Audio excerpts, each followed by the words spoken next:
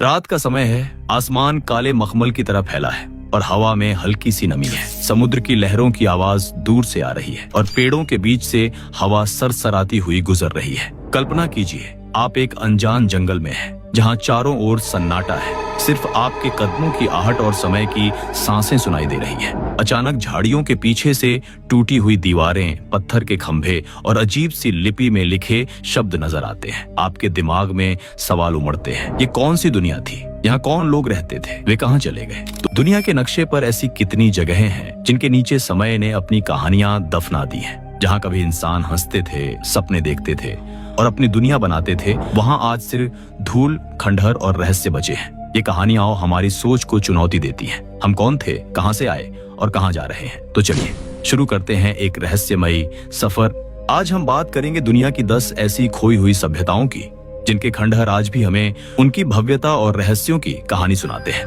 Number 1, नान माडोल, Micronesia. प्रशांत महासागर के बीच Micronesia के पोनहपाई द्वीप के पास एक ऐसी जगह है जो मानव इतिहास का सबसे बड़ा रहस्य मानी जाती है, नान माडोल। इसे दुनिया की सबसे अजीब लॉस्ट सिटी कहा जाता है। लगभग 100 कृत्रिम टापुओं पर बना यह शहर समुद्र के बीचों बीच एक विशाल पत्थर की भूल भुलैया जैसा है। 12वीं से 17वीं सदी के बीच यह सौडेलर राजवंश की राजधानी था। अब जरा सोचिए, 1000 साल पहले बिना किसी क्रेन, बुलडोजर या आधुनिक तकनीक के लोगों ने हजारों टन वजन के बेसाल्ट पत्थरों को समुद्र के बीच कैसे पहुंचाया? ये पत्थर इतने विशाल हैं कि कुछ का वजन 50 टन तक है। इन्हें ढोकर लाना और समुद्र में टापू बनाना आज भी इंजीनियरों के लिए पहेली है। नान माडोल में 100 से ज्यादा पत्थर की संरचनाएं हैं। मंदिर, घर, कब्रिस्तान और प्रशासनिक भवन, ये सभी पानी के चैनलों से घिरे हैं, जिनमें से होकर केवल नाव से एक द्वीप से दूसरे तक जाया जा सकता है। इसे पैसिफिक का वेनिस भी कहते हैं। लेकिन यहाँ सड़कें नहीं, सिर्फ ये पानी है। रात के समय जब लहरें इन पत्थरों से टकराती हैं, तो हवा में एक अजीब सी फुसफुसाहट गूंजती है, मानो कोई प्राचीन आत्मा अपनी कहानी सुना रही हो। स्थानीय लोग इस जगह को भूतों का शहर पढ़कर मानते हैं। उनकी मान्यताओं के अनुसार यहाँ रात में आत्माएं घूमती हैं और कोई भी बिना अनुमति यहाँ रुकने की हिम्मत नहीं करता। पुरातत्वविदों ने यहाँ कुछ ऐसे औजार और मूर्तियां पाई हैं जो साबित करती हैं कि यह सभ्यता न सिर्फ इंजीनियरिंग में बल्कि कला और संस्कृति में भी उन्नत थी। लेकिन सवाल यह है, इतनी शक्तिशाली सभ्यता अचानक गायब क्यों हो गई? क्या कोई प्राकृतिक आपदा थी या फिर आंतरिक युद्ध ने इसे नष्ट कर दिया? नंबर 2, गोनूर तेपे। मध्य एशिया के तुर्कमेनिस्तान में कराकुम रेगिस्तान की रेत के नीचे छिपा है गोनूर तेपे। ब्रॉन्ज युग की एक ऐसी सभ्यता जो मिस्र और मेसोपोटामिया के समकालीन थी। यह मार्गियाना सभ्यता का हिस्सा थी, जो 2200 से 1700 ईसा पूर्व के बीच फली फूली। पुरातत्वविदों को यहाँ विशाल ईंटों की दीवारें, जटिल जल प्रणालियां और मिट्टी की बनी अनोखी मूर्तियां मिली हैं। ये सभ्यता इतनी उन्नत थी कि उनके पास सड़कें, बाजार, मंदिर और यहाँ तक कि कब्रिस्तान भी थे, जहाँ लोग अपने सिर पर तांबे के मुकुट पहनकर दफनाए गए थे। गोनूर तेपे की सबसे हैरान करने वाली बात यह है कि यहाँ के लोग खेती, व्यापार और धातु विज्ञान में माहिर थे। उन्होंने कांस्य के औजार, गहने और हथियार बनाए। उनके मंदिरों में आग की वेदियां थी, जो सुझाव देती हैं कि यहाँ अग्नि पूजा होती थी। लेकिन फिर यह सभ्यता अचानक गायब हो गई। कुछ पुरातत्वविद मानते हैं कि एक भीषण सूखे ने इस क्षेत्र को बंजर कर दिया, जिसके कारण लोग यहाँ से पलायन कर गए। दूसरों का मानना है कि बाहरी आक्रमणों ने इसे नष्ट किया। आज गोनूर तेपे में सिर्फ रेत के तूफान और टूटे हुए खंभे बचे हैं। यहाँ के डाशोगुजो क्षेत्र में मिले कब्रिस्तानों में मानव अवशेषों के साथ विचित्र वस्तुएं मिली हैं, जैसे तांबे के गहने, मिट्टी के बर्तन और यहाँ तक कि बलि के निशान। गोनूर तेपे हमें याद दिलाता है कि कितनी भी उन्नत सभ्यता क्यों न हो, प्रकृति और समय के सामने वह बेबस है। नंबर 3, थुले संस्कृति, आर्कटिक के बर्फीले इलाकों में जहां सूरज महीनों तक नहीं उगता, वहां कभी एक ऐसी सभ्यता बसी थी जिसे थुले संस्कृति कहा जाता है। ये लोग आज के इन्यूट्स के पूर्वज थे और 1000 से 1600 ईस्वी के बीच आर्कटिक के कठिन परिवेश में फले फूले। कल्पना कीजिए, -40 डिग्री की ठंड, बर्फीले तूफान, और फिर भी ये लोग बर्फ और हड्डियों से घर बनाकर, व्हेल का शिकार करके और समुद्र में नाव चलाकर जीवित रहे। थुले लोगों के पास अद्भुत समुद्री कौशल था। वे कायाक छोटी नावें बनाते थे जो चमड़े और हड्डियों से बनी होती थी। उनके औजार जैसे हार्पून और चाकू व्हेल और सील की हड्डियों से बनाए जाते थे। उनकी सामाजिक व्यवस्था भी जटिल थी, जिसमें परिवार, समुदाय और धार्मिक अनुष्ठान शामिल थे। यहाँ तक कि उन्होंने इनुक्शुक नामक पत्थर की आकृतियां बनाई जो नेविगेशन और शिकार के लिए मार्गदर्शक का काम करती थी। लेकिन 1600 ईस्वी के बाद यह सभ्यता धीरे धीरे गायब हो गई। कुछ लोग मानते हैं कि जलवायु परिवर्तन के कारण शिकार के संसाधन कम हो गए, जिससे लोग दूसरी जगहों पर चले गए। दूसरों का कहना है कि यूरोपियनों के आगमन और बीमारियों ने इस संस्कृति को मिटा दिया। आज आर्कटिक के द्वीपों पर आपको थुले लोगों के अवशेष मिलते हैं, पत्थर की झोपड़ियां, हड्डियों के औजार और रहस्यमयी संरचनाएं। Number 4, Tiwanaku, Bolivia. दक्षिण अमेरिका के एंडीज पर्वतों में टिटिकाका झील के किनारे समुद्र तल से 13,000 फीट की ऊंचाई पर बसा है तिवानाकू। यहाँ की हवा इतनी पतली है कि सांस लेना भी मुश्किल हो जाता है। फिर भी यहाँ कभी एक ऐसी सभ्यता फली फूली जिसने विशाल पत्थरों से मंदिर, द्वार और प्लेटफॉर्म बनाए। 500 से 1000 ईस्वी के बीच ये सभ्यता अपने चरम पर थी। इसका सबसे प्रसिद्ध स्मारक है पस्चा गेट ऑफ देसन, एक विशाल पत्थर का द्वार जिसे इतनी सटीकता से तराशा गया है कि वैज्ञानिक आज भी इसके निर्माण के तरीके को समझ नहीं पाए। तिवानाकू के लोग खेती में माहिर थे। उन्होंने ऊंचाई पर मक्का और क्विनोआ उगाने के लिए नहरें और उभरे हुए खेत बनाए। उनकी खगोलीय गणनाएं इतनी सटीक थीं कि वे सितारों और सूरज की गति के आधार पर फसलें बोते थे। यहाँ के पत्थर इतने भारी हैं, कुछ का वजन 100 टन से ज्यादा, कि इन्हें बिना आधुनिक मशीनों के ढोना लगभग असंभव लगता है। फिर भी ये पत्थर न सिर्फ ढोए गए बल्कि सटीकता से काटकर और जोड़कर विशाल संरचनाएं बनाई गईं। स्थानीय आयमारा लोग आज भी तिवानाकू को अजाकिय देवताओं का शहर मानते हैं। वे कहते हैं कि यहाँ के मंदिरों में कभी सूरज और चंद्रमा की पूजा होती थी। रात में जब बर्फीली हवाएं इन खंडहरों से होकर गुजरती है तो पत्थरों से एक सीटी जैसी आवाज निकलती है, मानो कोई प्राचीन प्रार्थना गूंज रही हो।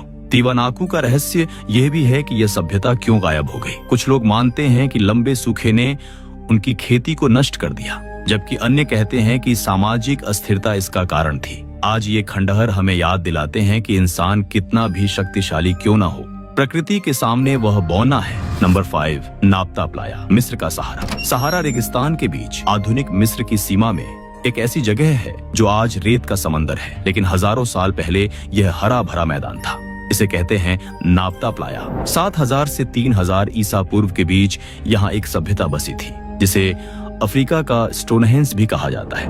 यहाँ के लोग पत्थरों को गोलाकार पैटर्न में रखकर खगोलीय स्मारक बनाते थे जो सितारों और सूरज की गति को दर्शाते थे। नाप्ता प्लाया के अवशेषों में पत्थर के घेरे, कृत्रिम टीले और जलाशय मिले हैं। ये लोग मवेशी पालते थे, खेती करते थे और यहाँ तक कि मिट्टी के बर्तनों में जटिल डिजाइन बनाते थे। पुरातत्वविदों को यहाँ ऐसी संरचनाएं मिली हैं जो सुझाव देती हैं कि ये लोग सूरज और सितारों की पूजा करते थे। पास की गुफाओं में मिली पेंटिंग्स में झीलें, मछलियां और हरे भरे दृश्य दिखते हैं, जो साबित करते हैं कि सहारा कभी जंगल और नदियों से भरा था। लेकिन जैसे जैसे जलवायु बदली, बारिश कम हो गई और सहारा रेगिस्तान में तब्दील हो गया।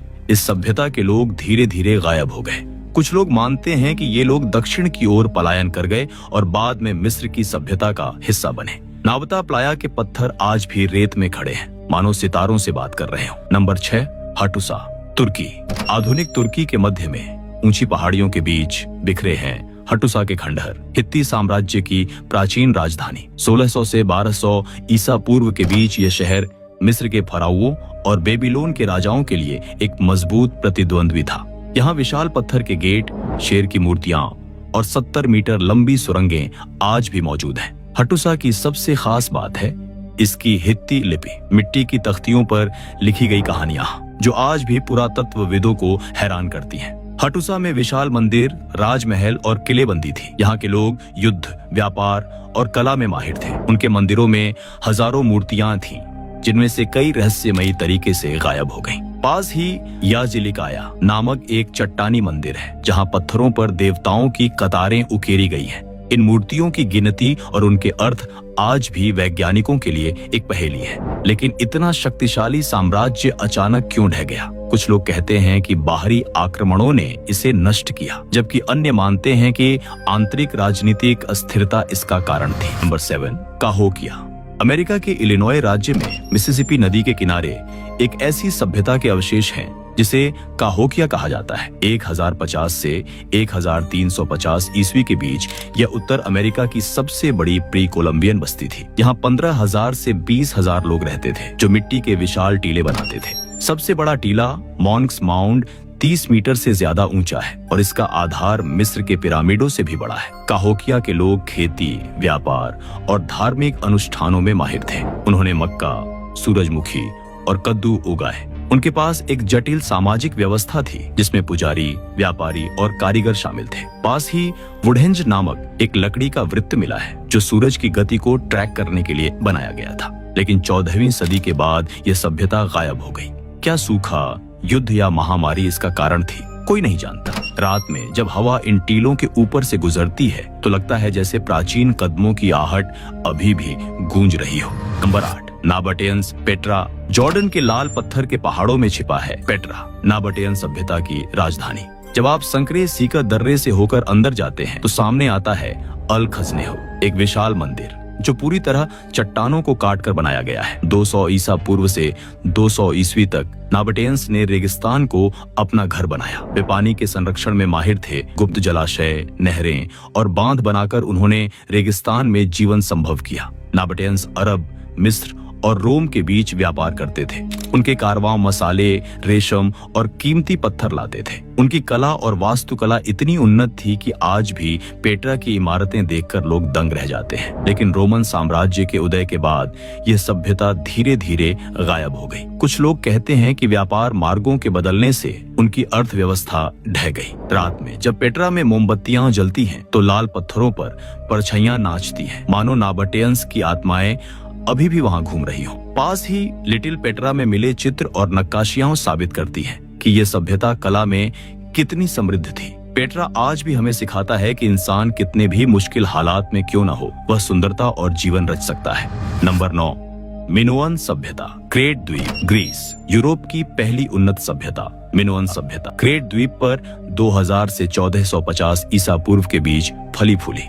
इसका केंद्र था नोसोस पैलेस, एक विशाल महल जिसमें सैकड़ों कमरे, रंगीन भित्तिचित्र और जटिल नालियां थी। मिनोअन्स समुद्री व्यापार में माहिर थे। वे मिस्र, फोनिशिया और अनातोलिया के साथ व्यापार करते थे। उनकी कला में बैल, समुद्र और प्रकृति के चित्र प्रमुख थे। लेकिन एक बड़े ज्वालामुखी विस्फोट और भूकंप ने इस सभ्यता को नष्ट कर दिया। कुछ लोग मानते हैं कि यही वह आपदा थी जिसने एटलांटिस की कहानी को जन्म दिया। आज नोसोस के खंडहरों में टूटे हुए स्तंभ और रंगीन दीवारें बची हैं। जब आप वहां चलते हैं तो हवा में समुद्र के नमक और प्राचीन रंगों की गंध महसूस होती है, मानो इतिहास अभी भी जीवित हो। नंबर 10, एटलांटिस, मिथक या हकीकत। सबसे मशहूर खोई हुई सभ्यता है एटलांटिस। ग्रीक दार्शनिक प्लेटो ने 2400 साल पहले इसका जिक्र किया था। एक ऐसा द्वीप जो तकनीक, ज्ञान और धन में इतना उन्नत था कि वह अपने समय का सबसे शक्तिशाली समाज था। लेकिन एक ही दिन में यह समुद्र की लहरों में डूब गया। कोई कहता है कि यह सिर्फ एक कहानी थी जिसे प्लेटो ने नैतिकता सिखाने के लिए गढ़ा, लेकिन कई लोग मानते हैं कि यह सचमुच में था।